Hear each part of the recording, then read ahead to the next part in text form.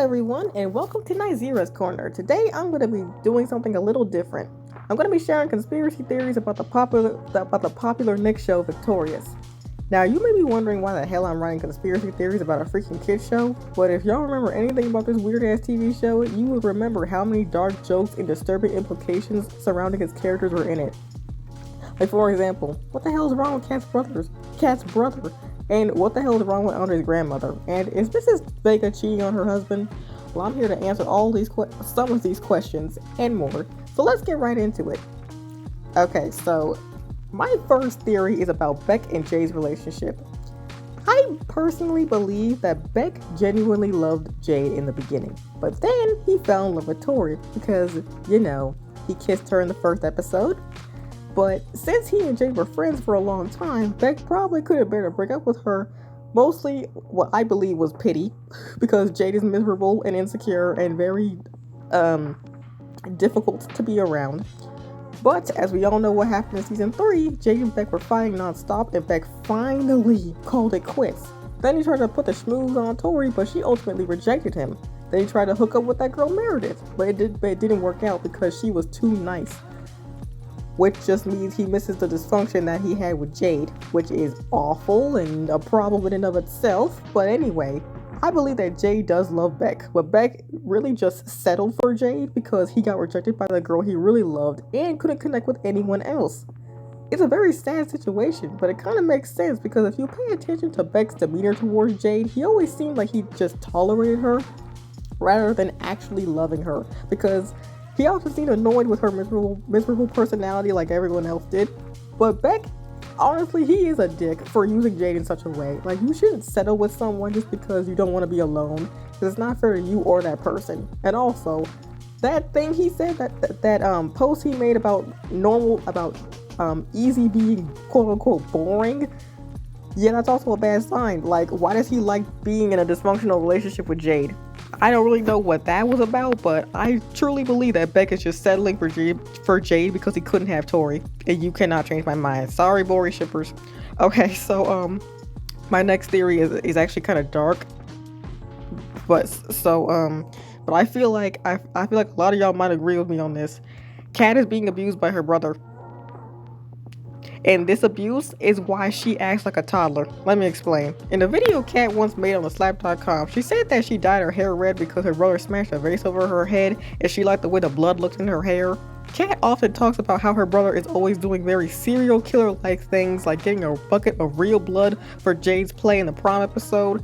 And his character ultimately ends up getting institutionalized in the 4th season, and Kat didn't want to go live with him and her parents in another city, so she moved into the school because she didn't want to leave Hollywood Arts, and eventually she moved in with her grandma. And also, between the 1st and 2nd season, Kat goes from being the typical dumb best friend to an overgrown toddler. So what the hell did her brother do to her between those 2 seasons that messed up her head so much? Did his abuse of her cause her so much damage that she reverted into the mindset of a toddler? Think about it. This theory is honestly very, very creepy, but there's just like, it seems plausible, because what other explanation is there for why Kat acts the way that she does? Okay, so my third theory is about Trina. This one is actually kind of sad.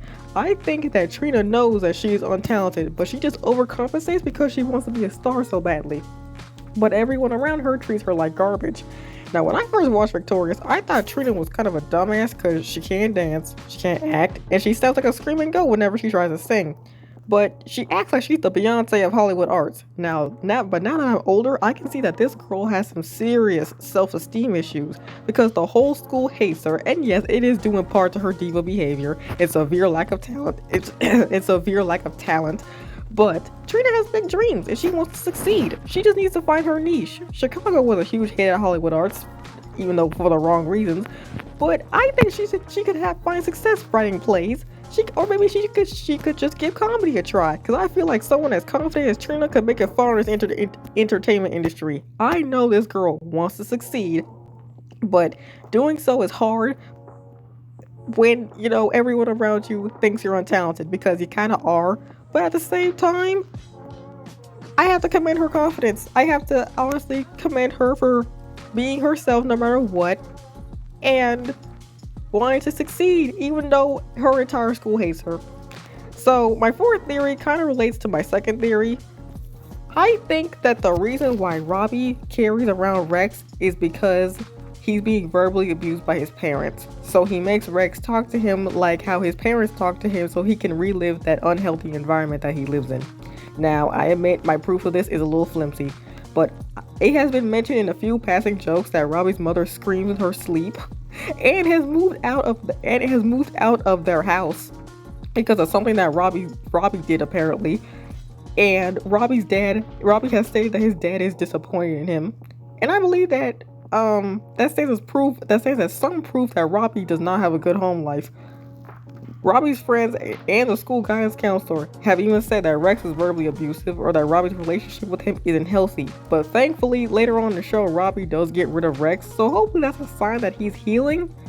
Maybe he carries around Rex to like make jokes about his unhealthy living situation, because Robbie, though we like to think that Rex is a character all on his own, he's not. Robbie is making him say those terrible things, and I don't know why. Maybe it's because he tries to turn his pain into jokes, or maybe he just genuinely needs mental help, like a lot of these characters do. Okay, well that does it for this video. This was a bit of a weird one, but I wanted to do something different today because lately I've been considering changing my uploading schedule because I prefer to make these videos randomly rather than follow a consistent schedule, for being honest. If you like this video, don't forget to like, share, and subscribe. Bye!